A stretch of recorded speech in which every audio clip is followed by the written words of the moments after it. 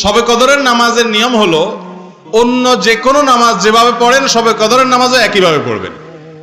এগুলো শবে কদরের নামাজের নিয়ম।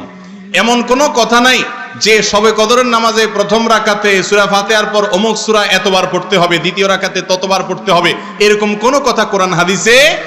এগুলা মন গড়া বিভিন্ন সিস্টেম, বিভিন্ন পদ্ধতির কথা, বিভিন্ন আপনার বাজারে নামাজ শিক্ষার বই নামে অনেক বই আছে, সব বই না, কিছু কিছু বই আছে, এসব বইতে শবে কদরের নামাজ এত রাকাত, প্রথম রাকাতের এই নিয়ম, দ্বিতীয় রাকাতের ওই নিয়ম, এরকম বিভিন্ন কথা বলা আছে। এগুলো সব ভিত্তিহীন, মন গড়া, এগুলো কোরআন হাদিসে নাই। কোরআন হাদিসে লাইলাতুল কদরে অন্য রাতের মতো আপনি নামাজ পড়বেন, একটু লম্বা সময় নিয়ে পড়বেন।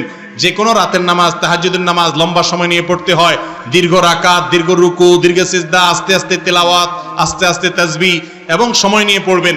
দুই রাকাত